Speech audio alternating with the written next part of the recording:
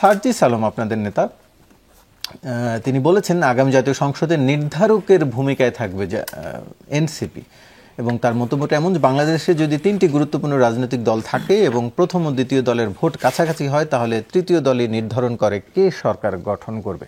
তার মানে মোটামুটি নিশ্চিত যে আপনারা সরকারি দলে যাচ্ছেন।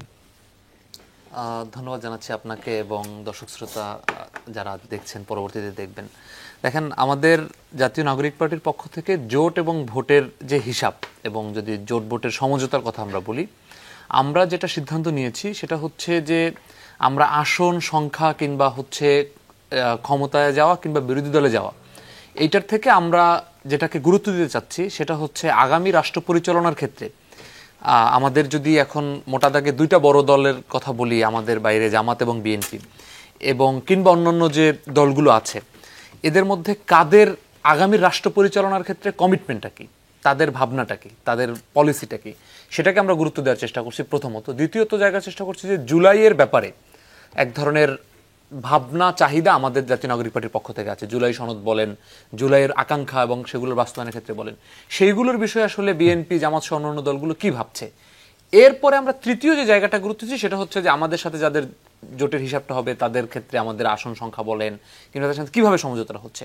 আমি যদি খোলামেলাভাবে বলি, আমরা এই তিনটা বিষয় কিন্তু আমরা প্রথম দুটোকে অনেক বেশি গুরুত্ব দিচ্ছি, যে আসলে এখন সেই গুরুত্ব দিয়ে যদি আমাদের তিনটা অপশন আছে জোটে হওয়ার ক্ষেত্রে। একটা হচ্ছে আমাদের বিএনপির সাথে জোট হতে পারে, একটা হচ্ছে আমাদের জামাতের সাথে জোট হতে পারে, আর একটা হচ্ছে জামাত বিএনপির বাইরে এনসিপির সমমনা আরও অনেকগুলো দল আছে, যেই দলগুলো হয়তো জনপরিসরে বা আসলে আকারে আমরা ছোট মনে করি, কিন্তু সেই দলগুলো গণঅভ্যুত্থানে অনেক গুরুত্বপূর্ণ ভূমিকা পালন করছে এবং বাংলাদেশের মানুষের জায়গা থেকে তারা অনেক ভালো মতামত উৎপাদন করছেন। সেই যেমন আপনি গণসংহতি আন্দোলন বলেন, গণ অধিকার পরিষদ, এবি পার্টি, রাষ্ট্র সংস্কার আন্দোলন, এরকম অনেকগুলো দল আছে।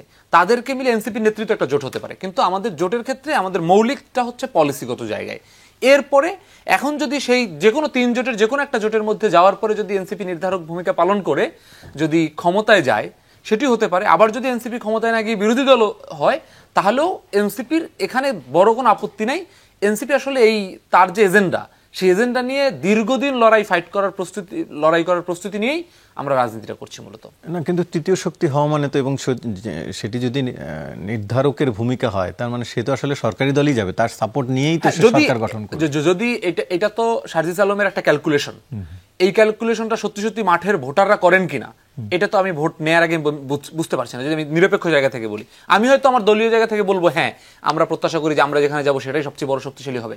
এরপরেও তো অনেকগুলো কথা থাকে। তো সেই কথার ভিত্তিতে আমার কথা হচ্ছে যে আমাদের মোটামুটি পলিসির জায়গায় আন্ডারস্ট্যান্ডিং এর ভিত্তিতে আমাদের দল হওয়ার পরে সেইটা নির্ধারক ভূমিকা পালন করে যদি তারা ক্ষমতায় যায়, তাহলে এনসিপি সেই সংসদীয় চেষ্টা করবে এনসিপির এখনকার যে কমিটমেন্ট শিক্ষা, স্বাস্থ্য এবং শ্রমজীবী মানুষের জন্য এনসিপির যে কমিটমেন্ট, সেই কমিটমেন্টগুলো পালন করার জন্য এনসিপি ওই ফাইটটা সংসদেও দিবে। সংসদে না থাকলে সংসদের বাইরে বসেও ওই সরকারকেও ওই ফাইটটার মধ্যে নিয়ে আসার চেষ্টা করবে। আর একটা বিষয় সেটি একটু জানতে চাই, আমরা দেখলাম যে সম্প্রতি এনসিপির বেশ কয়েকজন নেতা একই সাথে বা কয়েক ঘন্টা বা একদিনের ব্যবধানে জামাতের বিরুদ্ধে কথা বলছেন। এই বিষয়টি কেমন যে আপনাদের আগে যেমন জামাতের সাথে সখ্যতা ভালো ছিল, এখন আবার বিএনপির সাথে আপনাদের এক ধরনের সমঝোতা হয়ে গেছে?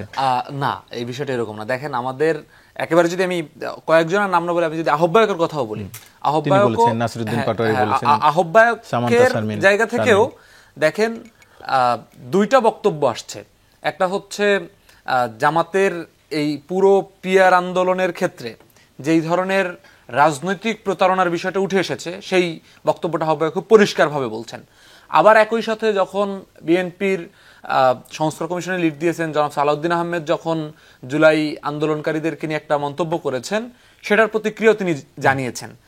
আমরা যেটা আসলে, আমরা তো ইয়াং পলিটিশিয়ান, আমরা নতুন রাজনীতিতে আসছি, আমরা আসলে এখনো ওই পরিমাণে সমঝোতার রাজনীতি হয়তো আমাদের মধ্যে রক্তে এখনো ঢোকে নাই। এই জন্য আমরা আসলে যখন যেটা সত্য মনে করি আমরা এটা বলি। এখন ঘটনাটা ইন্টারেস্টিং, ঘটনাটা কি দেখেন, মিডিয়া, জামাত এবং বিএনপি পুরনো দল, তাদের দীর্ঘদিন এস্টাবলিশমেন্ট আছে, মিডিয়া থেকে শুরু করে এস্টাবলিশমেন্টগুলোর কন্ট্রোলটা তাদের হাতে বেশি। জামাত চেষ্টা করে সবসময় এনসিপি বিএনপির সাথে সমঝোতা করে ফেলতেছে, এনসিপি বাম হয়ে গেছে, এরকম একটা ন্যারেটিভ প্রচার করার চেষ্টা করে। ইন্টারেস্টিংলি বিএনপি চেষ্টা করে যে এনসিপি জামাতের কোলে উঠে গেছে, ডানপন্থী দল হয়ে গেছে। মজার বিষয়টা হচ্ছে কি, বিএনপি একটা মধ্যমপন্থী দল। এই মধ্যমপন্থী দল হিসেবে আর একটা শক্তিশালী মধ্যমপন্থী দল হওয়াটা বিএনপির জন্য থ্রেট। আবার বাংলাদেশের মানুষের মধ্যে একটা ধর্মের প্রতি একটা অনুভূতির একটা জায়গা আছে। সেই জায়গা থেকে এনসিপিতে অনেক মানুষ আছে যারা ব্যক্তিগতভাবে ধর্মচর্চা করে এবং ধর্মীয় মতামতের প্রতি শ্রদ্ধাশীল। সেই জায়গা থেকে ওই ডানপন্থী ধর্মীয় মানুষগুলোর যদি এনসিপির প্রতি সমর্থন তৈরি হয়, তাহলে জামাতের জন্য একটা থ্রেট আছে। এই জন্য দুইটা দলই চেষ্টা করে এটা প্রমাণ করার জন্য যে আসলে আমাদের সম্পর্কটা অন্যের সাথে ভালো। কিন্তু আমরা দেখছি বিএনপি এবং জামাত যখন যেই বিষয়টা এনসিপির পজিশনের সাথে কিংবা জনমানুষের পজিশনের সাথে আমরা কন্ট্রাডিক্ট মনে করি, আমরা সেটা প্রকাশ্যভাবে বলি এবং আমরা মনে করি যে এতে যদি আমাদের কারো যদি জোট ভেঙেও যায় কিংবা জোট না হওয়ার সম্ভাবনা তৈরি হয়, এটাকে আমরা ভয় না পেয়ে আমরা মূলত আমাদের পজিশনটাকে বেশি গুরুত্ব দেওয়ার চেষ্টা করি। দ্বিতীয় জায়গাটা হচ্ছে যে আমরা আবার এটাও মনে করি যে রাজনীতির মাঠে এই সমঝোতার জন্য এই ধরনের কারো একটা পজিশন সাবস্ক্রাইব করাটা আমরা গুরুত্বপূর্ণ মনে করি। আমরা মনে করি স্বতন্ত্র পজিশন থেকেও এনসিপি আগামী নির্বাচনে কারোর সাথে জোট কিংবা নির্বাচনী জোটও তৈরি করতে পারে।